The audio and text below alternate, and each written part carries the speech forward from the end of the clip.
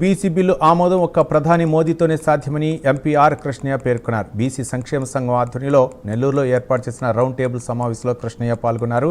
రాజ్యాధికారం బీసీ హక్కుగా తెలిపారు కృష్ణయ్య.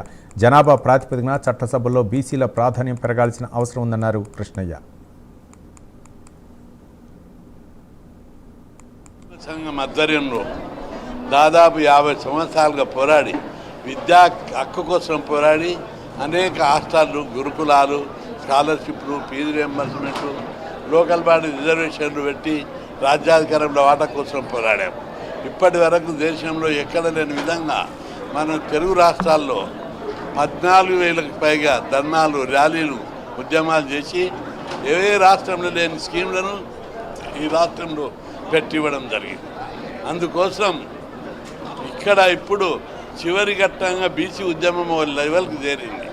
పార్లమెంటులో బీసీ బిల్లు పెట్టి చట్టసభల్లో రిజర్వేషన్లు సాధించడానికి ఇదే సరైన సమయం. దేశంలో ఒక గొప్ప ప్రధాని, ప్రపంచానికి ఆదర్శవంతమైన ప్రధాని మన దేశానికి ఉన్నాడు ఈరోజు నరేంద్ర మోడీ. ఆయన బీసీ వర్గానికి చెందినవాడు. ఆయన హయాంలో పోరాటం చేస్తే బీసీ బిల్లు ఖచ్చితంగా పెడతారు. అందుకే బీసీలకు నేను విజ్ఞప్తి చేస్తున్నాను, పార్లమెంట్లో బీసీ బిల్లు పెట్టాలి. రావాలంటే అది ఒక నరేంద్ర మోడీ ద్వారానే సాధ్యం.